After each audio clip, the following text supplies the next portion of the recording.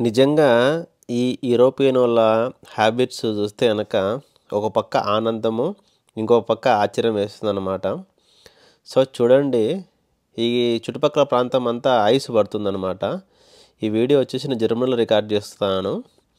So, ఎక్కడ చూసినా ఈ మంచు ఉండేసరికి ఐస్ పడిన దానికి ఎక్కడెక్కడి నుంచో వీళ్ళంతా వచ్చి ఈ ఐస్ స్కేటింగ్ లాంటిది చేస్తూ ఉంటే వీళ్ళ ఆనందానికి హద్దే లేదనమాట. అంత ఆనందంగా ఉంది వీళ్ళకైతే గనక. సో, మామూలుగా ఇక్కడున్న వాళ్ళు ఇక్కడికొచ్చి ఇది చేసినారంటే ఒక అర్థం ఉంది.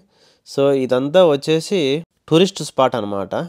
ఈ ఏరియా అంతా దాదాపుగా ఎక్కడ చూసినా టూరిస్టులే ఉంటారనమాట. యూరోపియనోళ్ళు కానీ, వేరే నాన్ షెంజనోళ్ళు ఈ ఐస్ పడే దాని మీద తెలుసుకొని ఎక్కడైతే ఇట్లా ఉంటుందనేసి అదే పనిగా టూరిస్టులు వచ్చిన ప్లేస్ ఇక్కడ నేను చూసి ఆశ్చర్యపోయినాను అనమాట.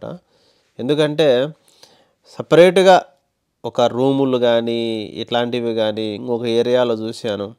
అక్కడైతే కనుక అది ఏదో పైకి తీసుకెళ్తూ ఉంటుంది కింది నుంచి. వీళ్ళంతా మళ్ళీ పైకి వెళ్తూ ఉంటారనమాట. పైనుంచి వెళ్ళి అక్కడి నుంచి మళ్ళీ ఈ విధంగా స్కేటింగ్ చేసుకుంటూ వస్తారనమాట. సో, ఫుడ్ డెలివరీ ఆర్డర్ పడి ఉండే, అది రెస్టారెంట్ అనమాట. సో, అలాగా ఆర్డర్ డెలివరీ ఇచ్చేసిన తర్వాత మళ్ళీ బేట అంతా ఎలా ఉంది ఏం కథ అని చూసుకుంటా పోతే ఎక్కడ చూసినా ఐసే ఉంది. దీంట్లో ఇంకొక ఆశ్చర్యం ఏంటంటే మీరు చూడండి, పారాషూట్ చేసే వాళ్ళు కూడా ఉన్నారనమాట. సో, పైన అంత మనమైతే ఇది చేయలేము. సరే మంచుకి ఎందుకు లెబ్బా అన్నట్టు ఆలోచన చేస్తాము. లేకుంటే కొంచెం సేపు ఏదో అలా వెళ్ళి ఫొటోస్ వీడియోస్ తీసుకొని వచ్చేస్తాము. అంటే మనకి ఇది అలవాటు లేనిదిలే.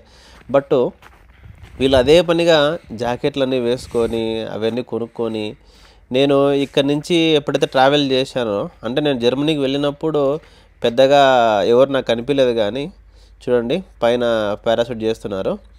సో, నేను ఎప్పుడైతే జర్మనీ నుంచి మళ్ళీ రిటర్న్ అయినానో ఎక్కడ చూసినా ఇవే అనమాట. ఆ స్టిక్కులు అవి కింద కాళ్ళు తగిలించుకునేటి అంతా పెట్టుకొని ఎయిర్పోర్ట్లో ఎక్కడ చూసినా నాకు వాళ్ళే కనిపించారనమాట.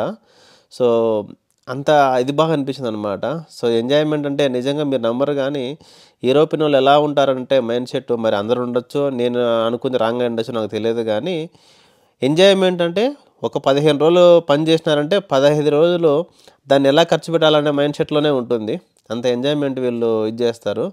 ఇంకా కొన్ని చోట్ల నేను చూస్తే కనుక సండే కూడా ఎక్కడ ఎంత ఇంపార్టెంట్ వర్క్ ఉన్న శనివారం కానీ సండే కానీ మ్యాక్సిమం పనే చేయరు. సో, అది ఒక ఫ్యామిలీకి కానీ వాళ్ళ ఎంజాయ్మెంట్కి కానీ ఆ డేస్ను వాళ్ళు కేటాయించాలనేదే వాళ్ళ నిర్ణయము. సో, ఇది ఫ్రెండ్స్ ఇవాల్టి వీడియో. ఈ వీడియో కనుక మీకు నచ్చితే ఒక లైక్ చేసి మీరు ఎక్కడి నుంచి చూస్తున్నారో కామెంట్ చేస్తారని ఆశిస్తూ మీ రాయలసీమ కుర్రోడు. జై హింద్.